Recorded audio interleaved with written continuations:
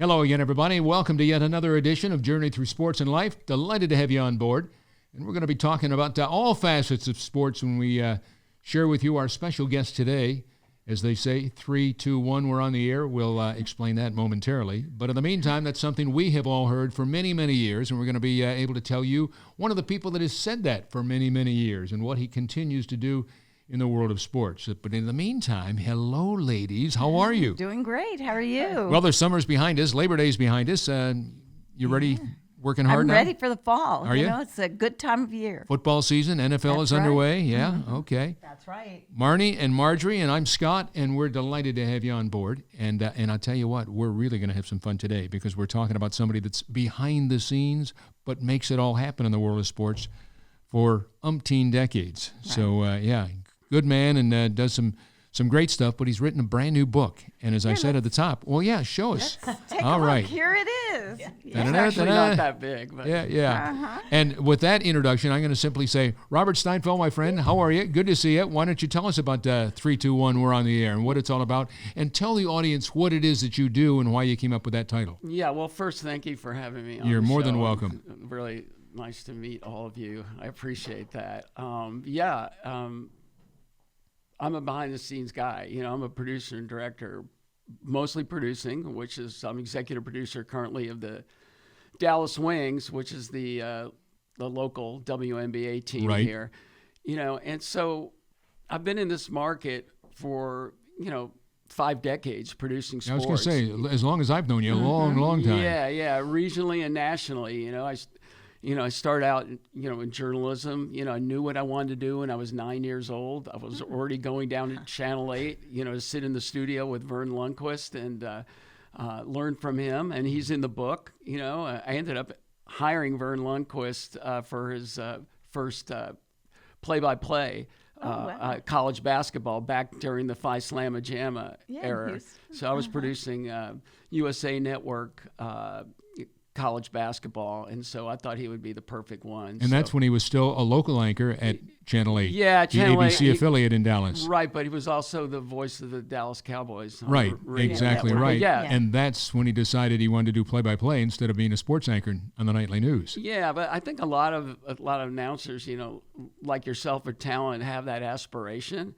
It's just being able to get the opportunity. And I've talked to a lot of different announcers about that. They want to get in the business, they want to do that, but it's a whole craft in itself, and you have to be available and you have to be knowledgeable in well, this it's funny, you make a great point there too. I don't want to get away from what we're talking about today, but that happened to me when I got out of school and I was ready to go to medical school, and I'd taken pre-med when I was in college because my best friend had died of leukemia when we were both in second grade, so I was going to be a pediatrician and save the world. But my point was this: I was offered more jobs to do play-by-play because I had done some play-by-play than I was to be an anchor. But I had 2 young children. Right. Suddenly, well, not at the time, but I had one child, and then my wife was pregnant with a second, and I thought, gosh, do I want to be on the road all the time? Mm-hmm. So I decided at that time, because of the 2 kiddos, that I was going to stay in a local market. Yeah, and so I came to Dallas, top 10 market, and the end is, the rest is history. Well, so much of what you do in your life is, time. Exactly right. It's timing. Exactly right. I was offered a full-time position with CBS Sports.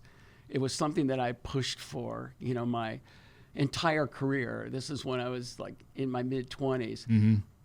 And I even went up to New York, and I went for the interview, and 5 different executives in BlackRock, in New York, and I'm there, and I did all my research to find out how they were going to be interviewing me, what they're going to do, and I knew one of them, Charles H. Milton III, who was a legendary, you remember him from CBS, would give me a trivia quiz, a sports quiz. And he did. I remember him asking me who won the NFL, Super Bowl, and who the head coach of the year was, and I knew all the answers to all those questions.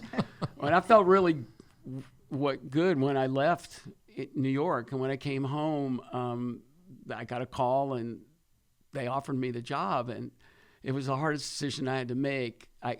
I was engaged. I had just gotten engaged. My wife's family was from here, and I was already producing Texas Rangers baseball. And I go, okay, that could be a great move for me to move up to New York, but for my family and my life at that time, I decided to stay here, and I didn't regret it.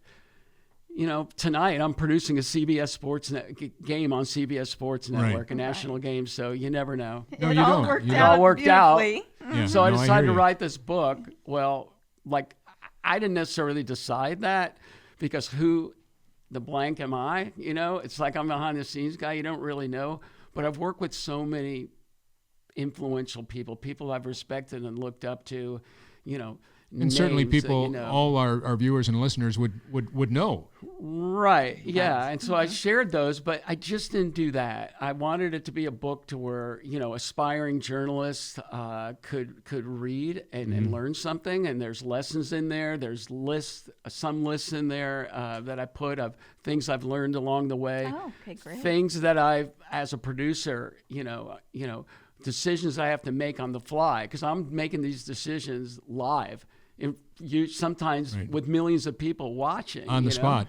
Right. So as a producer, you know, people ask me, what does a producer do? Well, it's different in the movie land than it is in television. You know, movies, the producer bankrolls it, generally hires the production company and the director, and then, you know, lets them do their thing. But in television and sports, I'm like the head coach of the production, right? And the director is like my quarterback. So I come up with the game plan, the format, you know, what we're going to do in the open. I get the production schedule. I deal with the team media relations people. I find out what the storylines of the shows are going to be. I make sure we stay on those. I make sure we execute the sponsored elements, stay within the format, you know, and, you know, big picture stuff. And I'm also doing the replays that you see, you know, I'm counting the talent to break. I'm saying we're coming back with this or that, you know. 3, 2, 1. That almost We're sounds not on the like air. a We're going to a break. combination producer-director. So what's the difference when you direct? Yeah, when I direct, well, I'm listening to the producer, but the director's calling out the cameras, you know, like, you know, take 1, take 2, you know, go to red, go to blue, you know, insert font, you know, and that kind of stuff. So, and you're talking to the camera technicians. But a director and I, you know, we have a production meeting with the camera people before the game, like 3 hours before. And so he'll talk to them about specific assignments, and then I'll tell them, okay, here are the storylines in the game. This is what the announcers are going to be talking about. We want to follow what the play-by-play guy's saying, what our analyst is saying. Tonight, our analyst is Nancy Lieberman, who coincidentally wrote the foreword to my book, because we've worked together a lot through the years. So, you know, And tell our audience who Nancy Lieberman is, one of the greatest basketball players, but go ahead. And she's been on our Hall show. of Famer, Yep, that's right. you know, one of the greatest players. And then she coached, she actually won a championship with Big Three recently, and does so much work in the community with her dream courts. And by the way, she went to Old Dominion, and they just recently, like 2 years ago, unveiled a statue of her on campus, and they also named one of the streets like Nancy Lieberman Pass, I think. You know, and she's the only statue of a person on campus at Old Dominion to this day. We talked about that the other day. Wonderful. But she donates, like I said, her and her charity do a lot of work in the community, and they put dream courts around the country and you know. She's put areas and stuff. countless dream courts right here in the Dallas-Fort Worth area. They're all over. I've emceed several of right. those. And she brings in all kinds. She'll bring in the police department. She'll bring in all these people that are helping kids. And here's a brand new court right in their backyard. It's so nice. It's right. And I actually went to the dedication of one of those last year in South Dallas, and the police commissioner was there. Right. And so just like you said, so the it's community gets incredible. involved. Yeah. Right. So. Yeah, really. How about the book? You know, we've all got questions for you, Robert. But I mean, just before we get started, the book, it's all done. It's coming out on the 22nd of October. But what's the one thing that you're proudest of the book? That you say, you know what, I put all this together. This is my life, and then some. But when you look at the book, you say, you know what, I'm really pleased that I was able to do this. Share the lessons that I've learned, you know, with people, so the next generation can read it and say, this is how you do it. It's a blueprint. You know, I had no one helping me, you know. I mean, there were people eventually, but I mean, I basically blazed my own trail. I'm not bragging in that, but I knew what I wanted to do. I got a hard journalism background. The best teacher I ever had in my life was my high school journalism teacher, and I wrote about her. And her son is currently the head pastor at the Dallas First Baptist Church, Robert wow. Jeffress. That's her son? His Her son? That's Yeah. her son. Really? Her mother was his mother was my No best kidding. best teacher in any subject that I ever You're had. lucky because when I was in high school, my worst teacher was my journalism Really? teacher. Yeah, I had to overcome that. One of the things she taught I think you did. one of the things she taught me, and I wrote this, is about keeping a string book, before you had, everything's virtual, and the string book that I put together. String book is a journalism term for your stories that you've written that you keep in a book, so that you can go back and review what you did, but also if you want to get another job.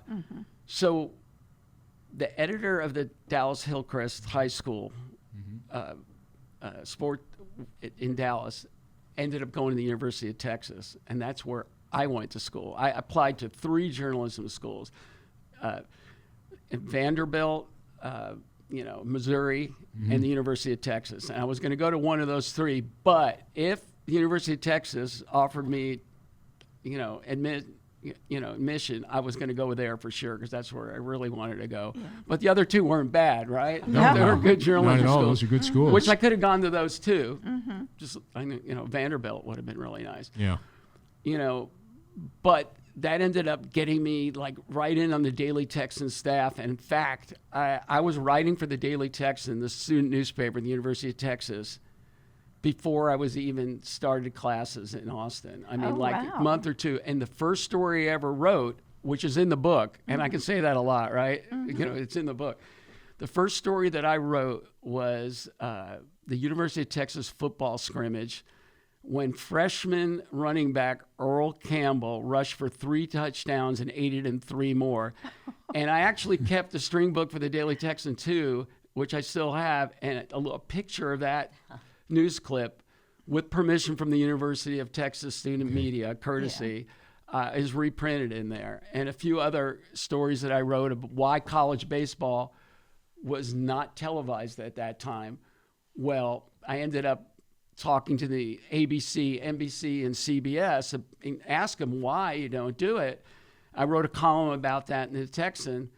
Well, then the ABC media relations director, Don Bernstein, asked me if I'd be interested to go work as a gopher at the Baylor Houston game when Bill Yeoman was the head coach of Cougars and Grant Taft. And I drove up from Austin to Waco, and I learned so much, and I ended up working a lot for ABC Sports. So, in fact, Kurt Gowdy Jr., the son of the legendary announcer Kurt Gowdy, was a production assistant. He would end up calling me from New York on my fraternity house phone in Austin and to see if I could go up, to wherever their game was on the weekend. I ended up working the national telecast, the ABC #1 unit. I was doing scores of other games. I wrote little backgrounds, research work, for the announcers, and kind of just made my way in with that. Wow. So I don't know. Three favorite people that have touched your life. You probably talk about them. They might be great players. They might be a fellow producer or director. They might be anything like that. Okay. And then on top of that, the #1 event of all time that you've done. Being here with you. This is I mean, okay. Now we know how don't he's you got have to appreciate why where he's you so are today? popular I mean, I do yoga, successful. right? And part of the yoga is just now your presence, where you are now, appreciate that. And I do. I mean, this is great that I could be here. Well, I figured you'd say something like that. So aside from the... Yes. Yeah, no, actually, I'm going to answer 2 ways here. Number one, I can appreciate that because I actually literally was on an airplane and had a heart attack on my way to producing the LeBron James game in New Orleans. And I started... Was it the anticipation of going there to do that caused the heart attack? No, I had worked out that morning. I was in great shape and everything, but it was okay. As they were make an emergency landing in New Orleans, and that's where the game was. Mm-hmm. And I ended up telling the ambulance people, I go, look, I didn't know I was having a heart attack or a heart event, I call it at that point. I said, look, whatever you do, LeBron's in town tonight. I've got to produce this game. And I go, maybe I think I'm dehydrated. I got a little queasy from the airplane ride. And they go, we really think we should take you to the hospital. I said, okay, if you do that, then take me to the closest one to the Smoothie King Center. So if you check me out, I'm good, I'm okay. That's dedication. Yeah, well, it turned out that I ended up having to have quadruple bypass surgery. Oh my So I flew back to Dallas with my wife, had that. So who did the game? No, I had my associate producer. He came to the hospital and I gave him all my info. But one of the things I did in the book is I write about being prepared and always having a plan B, always knowing where you're going to go. So I had already sent out all the information of the game, and I had a production meeting that morning before I was flying in on the phone, and we had everyone on. I sent them the production schedule. I sent them the open rundowns. So you always do that. But going back to what you said about the people that have influenced me the most, or people that I've been admired, there actually coincidentally is a chapter in my book of 5 superstars or people that I had the highest regard for. And then when I met them and worked with them, they actually exceeded my expectations. Oh, they did. All 5 of them? Well, there's more than that. I just came up with 5. But I mean, usually if you have 5 people or 3 people, there's one that doesn't come through, you know? Yeah, exactly. No, but that's what people always say to me. Why? Right? Maybe you could. Most people would have written a chapter of people that have disappointed you, but right. but I don't look. So at who that. were the 5? Okay, well, one of them, and it's a big story, is Bob Costas. Okay, so I worked with him in 1992. Yeah, and he Bob. wrote a really nice blurb for the book about me. Yeah, right. in turn for me sending him a copy, of course, personalized, Right. which I'm sure he'll appreciate. But he said he would. Yeah, I worked with him in 1992 for the Olympics for NBC. In Barcelona. Yeah, I remember worked being 3. there. I worked also Yep. Atlanta in 96 and Right. 2004 in Athens. Okay. And I did a different job at each one. But for the first, in 1992, originally, well, in the book, I talk about how I was able to get hired by NBC when I'm a producer in Dallas and who would know me here. And I would writing letters. Then you couldn't really email to David Neal, accordion producer. I would send him research. I would write about international baseball, and I would give him a preview of who I thought would be gold medal contenders. And he knew I was in the NBA at that time, and NBC was producing the NBA. So when the Spurs came up to New York, I made a meeting to meet him in New York at NBC, and he accepted. And I interviewed, at Rockefeller Plaza. In their building, and I brought him some videos that I had also produced too with Tom House, the former Ranger pitching coach, and I also brought Nolan Ryan and Randy Johnson together. I flew Randy Johnson in from Seattle to Alvin Field in Alvin, Texas, the high school, right? Specifically Nolan's because place. if Where you Nolan heard was. that Randy Johnson attributed a lot of his career to working with Nolan, Right. That's it's because true. I flew him into Nolan to his field and we recorded it. I still have the videos available. It's called Nolan Ryan's Fastball. That's been selling, for years on Amazon. Them working together. So, so he saw David Neal, the coordinating producer of NBC, saw that I had videos. He didn't say anything. He was maybe impressed by that. But then 2 months later, they offered me, they said, we'd like for you to come, to Barcelona and produce weightlifting and wrestling. And I said, well, I didn't really know much about those sports. I knew that they existed, but there was no internet really at that time. We can go back and just research and everything. Right. So now I'm looking for whenever they're on TV, whatever. And I would research that. And then about a month before the Olympics, he calls me up and says, look, we have a new assignment for you. And I go, what? And he goes, we want to move you. We want you to produce the official Olympic highlight video for NBC and Blockbuster Video. Oh, So wow. now they go, you'll have the best of people working with you. Bob Costas will be the voice it over. Jeremy Schaap will help write it with you, and Molly Solomon, who's now executive producer of the Golf Channel and NBC, she was working with me, and the music was going to be done by John Tesh. So I mean, how could I screw that up? Well, it was really hard because now I have to produce this while the Olympics are going on, and then when they're over, I have a week to get that done.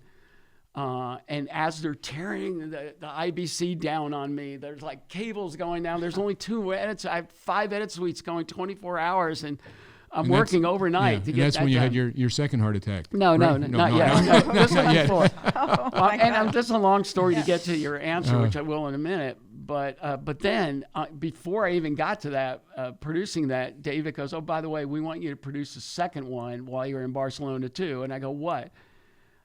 We would like you to produce the official Dream Team 1 video too.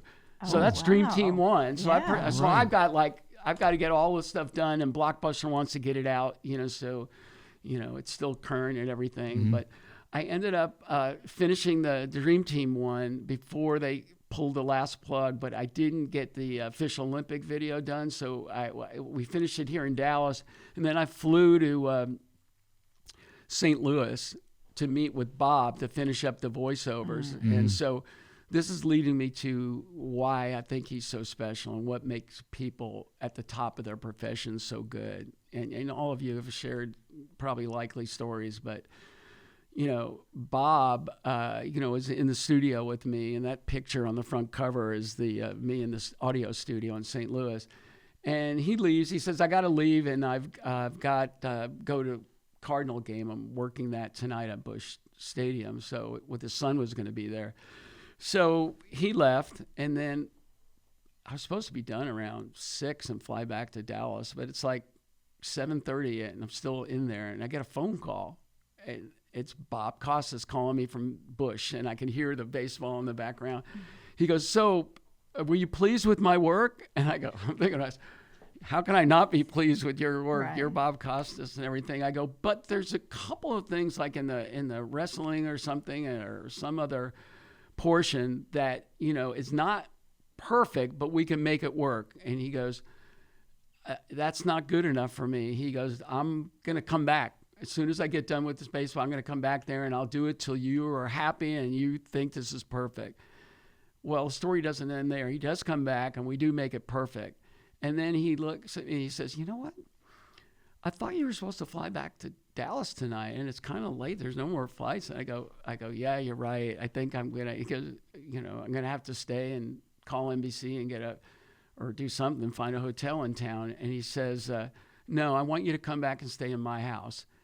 And I go, "Well, no, I can't intrude like that." Even though I know we both go back to ABA days with American basketball, and he was the voice of the spirit of St. Louis, and I grew up going to Dallas Chaparral games at Moody Coliseum and Memorial Auditorium, where, by the way, the Dallas Wings will be moving in 2 years. So that's going around again. But anyway, so I thought that was really nice. It showed, he's a perfectionist, and he's just a nice person. So he was like one of the 5 that I mentioned. Another one is somebody that I had, I've, very high regard for, and I think everyone else does, is Cal Ripken Jr. And I had the privilege to produce 4 Cal Ripken World Series for Fox Sports, and that is the Babe Ruth League equivalent of the Little League World Series. And I got to work with Cal and his brother Billy, and those were great. And I got to have a pretty good relationship with Cal, including when I suggested in 2001 to Alex Rodriguez that he switch positions with Cal at the All-Star game. And so that came about when I was interviewing Alex Rodriguez when he played for the Rangers, and we were doing a piece on Cal, as Cal Ripken was retiring that year for the Cal Ripken World Series. I wanted to get some people that looked up to him that could say something. We could air it in that. So the first question I asked him about to A-Rod was, why did he look up to Cal so much? And he talks about how he was a tall shortstop just like him, and he loved, everything about him, and et cetera, et cetera. And as he's answering that, And all of you know from doing interviews is one of the cardinal sins of doing an interview is not listening to the person that is you're talking to, because it's better conversationally wise if you're talking to them and follow up with kind of what they're saying, right? But although you do have some specific things you want to get, but in this instance, as he's answering, I know what he's going to say, right, and what he's saying. And a light bulb went off in my head. And I said, and I'm thinking to myself, and then I say it to him. I go, I mean, all that's great, A-Rod, but this is Cal's last All-Star game. And, you know, it's the first time he's not going to start at shortstop. And you're starting in his place at shortstop. He's going to start at third base. I think it would be a really classy move if you switch positions with him and let him start at shortstop and you start at third base. And he goes, yeah, that sounds kind of interesting. And I said, well, but wait a minute. He won't do it. You've got to tell Joe Torre, the manager, because if Joe Torre, the manager, tells Cal to do it, then as a baseball guy whose father was a manager, he'll have to do it if the manager tells him to do it, right? Yeah. Okay, so now I only told, I don't know if he's going to do it. We went on with the interview, whatever. But he did say, you know, I'd love to get a picture of me and Cal, you know, going side by side, and I can give it to my kids and all that. And there's a reason I'm telling you that, foreshadowing. And anyway, so I only told 3 people. I go, this may happen at the 2001. I go, Tuesday night. This interview was on Thursday, right? And I go, on Tuesday is the All-Star game. And I told my best friend, Mark, my wife, and the PR director for Fox Sports Southwest, Ramon. And I just said, hey, I don't know if this is going to happen on the All-Star game, but you might want to tune in. If it does, whatever. So I'm home eating dinner. It's like 7:20, and now the game's on, and I haven't put it on. And now Joe Buck's calling the game with Tim McCarver, you know, great. And all of a sudden Joe goes, hey, before we start this game, we just got to tell you something. We talked to Alex Rodriguez, and he said he had a great idea. And look, let's go down in the field right now and look. And all of a sudden, you see A-Rod is over there, and he's trying to push Cal over to shortstop, but Cal won't go, right? And so Joe Buck and Tim McCarver are talking about that. They go, he's hesitant about going over there. They won't go. But this is such a magnificent gesture by A-Rod that he would do it. Oh, look, he's pointing to the dugout. Joe Torre is waving Cal over to shot. I go, oh, my God, this is like everything that I said this happened. Now my phone rings. It's Ramon Alvarez, the PR guy. He goes, this is an out-of-body experience. I can't believe it. You were predicting the future. You made history with the All-Star game. And then my best friend calls up, and then and my wife is kind of, you know, she's not a big sports fan, but not impressed with that kind of stuff. She's more behind the scenes, humble, but she thought it was kind of cool too. But anyway, and then, so now it's happened, right? And then I'm watching the game more, and it's the 7th inning, and Jeannie Zelasco, the sideline reporter, is interviewing Joe Torre in the dugout, and she asked him, so how'd this come about? And she says, well, Joe Torre says, well, last Thursday, remember the day I did the interview? At about 4 o'clock, my interview was 3 o'clock, A-Rod called in the clubhouse and said he had this great idea about switching positions, and I just thought it was great too. So he contacted Major League Baseball to see if it was all right, and they did. And anyway, so then that happened, and I go, okay, so there it is. Yeah. So I 2 weeks later, I go to the stadium to see A-Rod, and I said, A-Rod, man, that was really neat what happened at the All-Star game. And he goes, yeah, he goes, that was a good idea. He goes, yes, this lady was telling me she was in tears thinking that it was such a great gesture on my part. And I go, yeah, that was a great gesture on your part, but kind of like, how about this? How about we keep it a secret, because I don't want Cal to think any less of this for a while, 25 years, whatever. And here's a picture, because I remember you said you won. I got a picture of you pushing him over. I got 2 of them. You can keep one. And he's like almost in tears. He goes, oh, I'm going to put this in this is so cool. I thank you so much. I always wanted this, and my kids are going to love this or generate. So I go, okay, on mine, I want you to please write great idea, Alex Rodriguez. And it's in the book, the picture with his eye. It says, great idea, exclamation point. Alex Rodriguez. Awesome. So that's good. So So it's a he part of acknowledged history it, yes. that was listed by Major League Baseball.com and then as one of the 10 greatest moments in All-Star history, game history, of course. But Cal also hit a home run in his first at bat, and he became the MVP. Yeah. So What a great story. So Cal's another one. Another one is Robin Roberts. Okay. Not the pitcher, the Good Morning America and the ESPN, because she and I worked together for the first season of the WNBA. I produced the WNBA on ESPN on Lifetime Network. So I got a chance to work with her on that, and just everything she's done in her career. And she was always so nice. You felt like when you're working with her, you're working with like your best friend. She treated everyone so nice. And everything she's done now, you know, building a broadcast wing at her alma mater in Alabama. So, you know, I've been very impressed with her, you know. So, you know, another one, it was a local regional announcer, but he was a national announcer before then. And definitely, Scott, you would know who he is. And I'm going to tell you, but I gave a whole big background of why he's such a great was a great person and so great to work with. And his name is Merle Harmon. So he did so much behind the scenes. He actually worked for NBC with Jackie Robinson was first. And he worked for the Jets and called the Heidi game on radio. Yeah, of course. He was the first voice ever heard on the, in New York on the Fan, because when they came on the air, they came on with his radio call from that.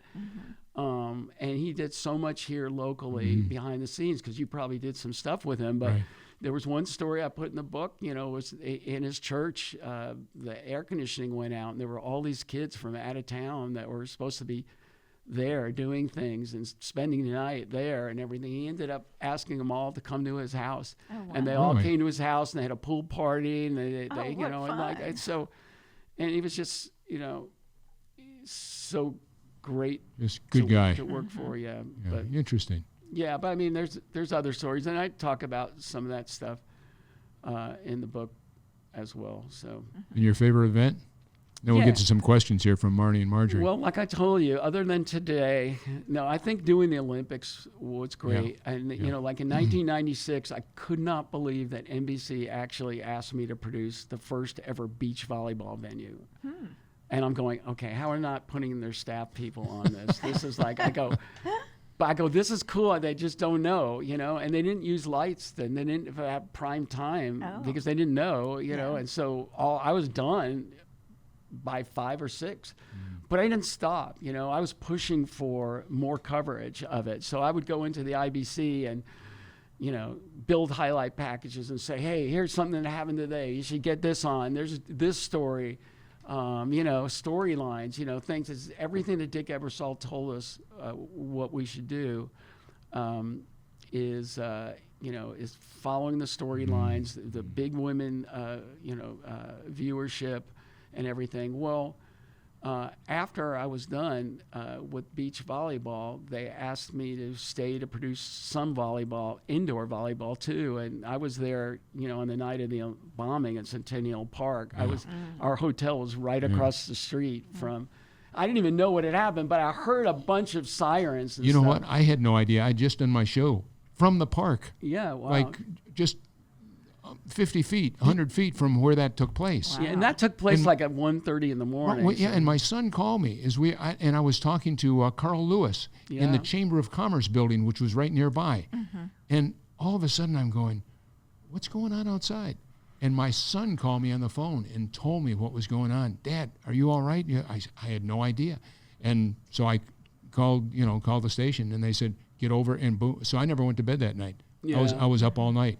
It was just, you know, trying to get stuff together for the morning news. Yeah. I remember that like it was yesterday. When I woke up, I was just going out for a jog on Peachtree, on one of the peach trees, Right, 90 right. peach trees in Atlanta. And they said, well, you heard what happened? I go, no. And they go, well, yeah, that's what all the sirens were last night. And I go, well, it's a crime scene down there. So I had to produce a volleyball game that morning. Yeah. So they made us go around a different route to get back in, and we produced that. But then they asked me to stay to produce the potential gold medal game for the Team USA women's softball. And that's a big story in my book because I got to know Dot Richardson and Lisa Fernandez and all these people. And, I knew the whole story about it was in the sunset of their careers. And this was the first year for women's softball in the Olympics. Mm-hmm. And they really, if they won, they were going to be really, emotional. I went to the semifinal game,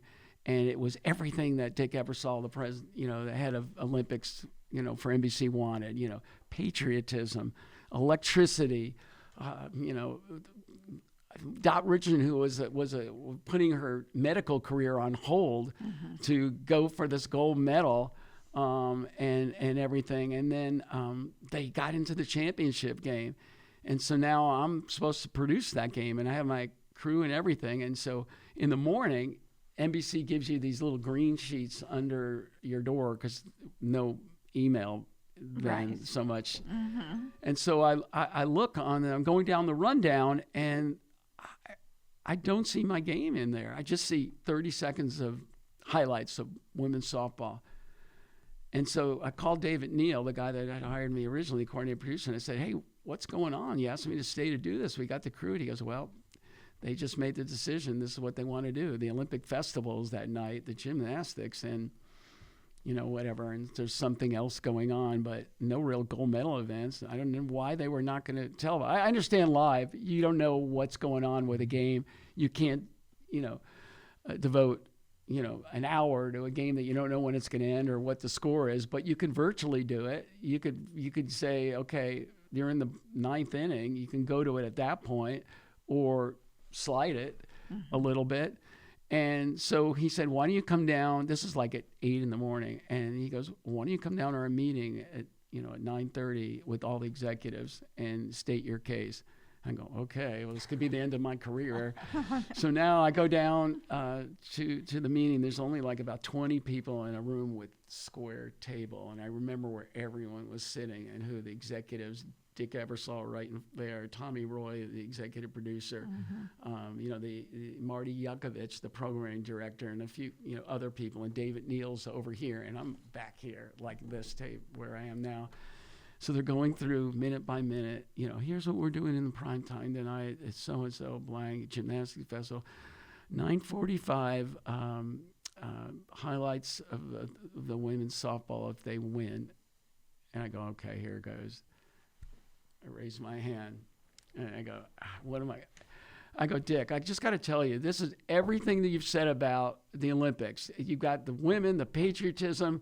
It's an unbelievable atmosphere, and, if they win, which I expect them to do it, there's going to be so much emotion spilling out all over the place, not only from the athletes themselves, but the fans. It's going to be such a dynamic atmosphere, an opportunity for us not to pass on this. Mm-hmm. And he looks at me and says, that'll be 30 seconds of highlights in women's softball. Okay, 9:47. I'm going like Fred Flintstone. I'm like shrinking down. Oh, no. I'm like, it's like, I go, okay, that's probably the end of my career in anything. And then so now I stay in the room. I don't leave.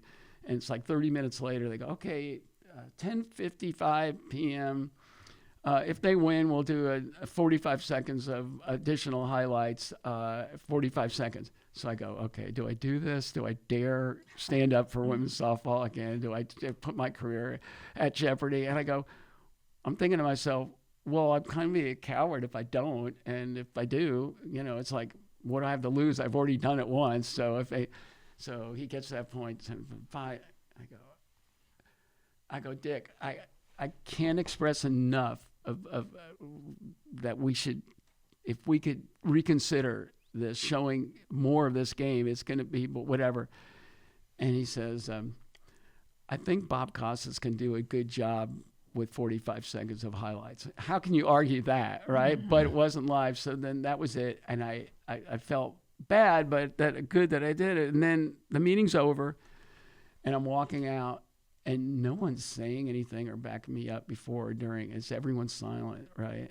So I know no one was looking at me, but everyone was looking at me. You know that feeling, yes, right? definitely. And so we walk out of the room, and there's one executive. It's a female executive comes up to me, and she says, "I just want you to know that virtually everybody in the room agreed with what you were saying, but at NBC, whatever Dick Ebersol says pretty much goes," which made me feel a little bit better. But, you know, it's like I read Dick Ebersol's book that he came out with like a year ago, and he talks about how getting input from people from around him was very important. And I have no... Especially in the 1996 Atlanta games, right? Yeah, but that was before. Yeah. And this guy. Yeah, but women's sports were just evolving. It's not like it is more now and everything. But I never want to talk negatively about Dick Ebersol, and it's not my point at all. I was just trying to help because I have boots on the ground, and I appreciate, you know, everything he's done for NBC and for all sports and everything. Right. But afterwards, he then admitted in a story in the Atlanta Constitutional Journal, he said if there was any regret he had from the 1996 Olympics, it was not showing the women's softball. Oh. Interesting. in the Olympics. Interesting. Yeah. Yeah, and there were a lot of backlash in New York Times, New York Post, the Tampa Bay Times, and I actually got permission to put an excerpt from the Tampa Bay Times and what the writers wrote about that decision. In the book? In the book. Yeah. Yeah, it's Right. that whole story's in the book in more details. Oh, Yeah. okay. Yeah. Great. Yeah. All right, girls. Well, let's give him a Well, break. so, Get some thoughts Robert, from you. with every single thing that you've said and every story, it seems like you're just so involved and invested. Like, where did that energy or enthusiasm, like, is that something that, like, a conscious choice? You said, if I'm going to do this, I'm going to just roll up my sleeves, or what is that? I don't, you know, my wife says this to me a lot. She goes, "You put so much work and effort into every show that you do," and I cannot not do that. Mm-hmm. Everything that I do, and even I talk about this in the book a little bit too, is when I interviewed Mike. We interviewed Mike Krzyzewski for a show that I produced called Icons of Coaching with Dave Barnett, and in it he talks about he got a letter from a coach, and she asked him about advancing and everything. And he talked about, you know what? Just do the best job that you can do where you are right now. And you know what? It doesn't matter what level you're working on, from Little League to whatever. And she was like in junior high or something. The championship means as much to those kids and those parents as a Super Bowl does with everything. true. And so if you can excel at that level, then you can work on getting to the next level. So Yeah. my point is, I don't care what show I'm producing, I'm going to put, you know, my full effort into it. Well, you know, if the Super Bowl or some of the others, there's more time and energy to prepare for it, right? And you've got more people helping you on it. But like for tonight's game that I'm producing, the New York Liberty and the Dallas Wings on CBS Sports Network, I spent yesterday all afternoon editing an opening tease and telling you things like, people have no idea the New York Liberty have been involved since the beginning of the WNBA, and they've had great players like Rebecca Lobo, Teresa Weatherspoon, and others, and they've never won a WNBA championship. I don't think people would understand that. So we open up tonight, our show, with that, teasing you to say, but now they have the best start in franchise history, and they're on the precipice of maybe achieving that. This could And to be get it, huh? Yeah, but standing in their way tonight is Right. Arike Ogunbowale, who was the All-Star yeah. Game MVP. And anyway, so to answer your question, you know, and what I also say to people, like aspiring producers or journalists and everything, when I produce a telecast, I don't produce a lot of people can produce games. You know, you see telecasts all over, you know, Camera One and the Fox Box or the Score Bug. No one's going to complain. I don't just produce a game, I produce a show. And so to produce a show takes a lot of energy and rolling up your sleeves, as you call it. Yeah. Yeah. We've only So- got about 5 minutes left, so go Okay. for it. Got a couple of questions. Go ahead. What are 3 things that you've learned that you would like to share that would transcend sports? It would work in any industry that have to do maybe with teamwork or leadership or something like that. What are 3 things? Yeah, try and keep it as brief as you can. Yeah. How about 3, 2, 1? We're on the air. Yeah, exactly. No, I think the biggest thing is to pursue your passion. You know, I think you're going to be going up against people in your business that are very passionate at what they do. If you don't have a passion for your job, someone's going to probably end up doing it better. And to me, I feel like I'm working, but it's fun. I mean, people ask me why I'm still producing, because I enjoy what I do. I also, second thing is enjoying the people that you work with, you know, and try to surround yourself with people that are better than you and in things that you maybe are not as good at, but it's more than that. It's the rapport with your crew. You know, you try to, design a team of people that you enjoy working with and people that are watching your back. And you know what? And I think the other thing is a lot of times, you know, for the third thing is you always have to try to make your own break if you can. You don't expect people are going to give you anything. It's like, for interviewing, like people say, if you want to be a fireman or something like that, the fire department's not coming to your house and knocking on your door.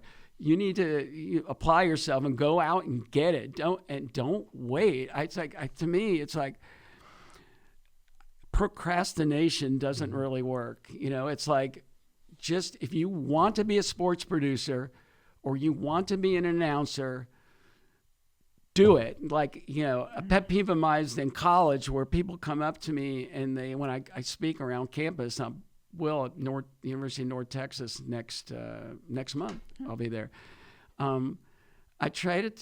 People say, I'm a junior, senior, and I'm really thinking about doing something. I go, well, what are you doing now? Mm-hmm. I go, get an internship, make an internship. I made my own internship at ABC Sports. I ended up getting 3 hours credit for working those national telecasts. Wow. Because I went to the dean and I said, look, I'm doing the practical work.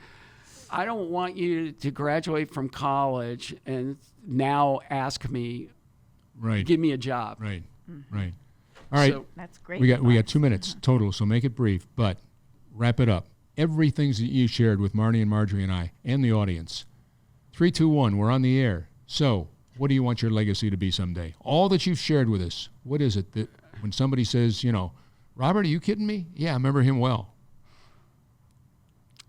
Well, it's kind of hard because I'm always emotional.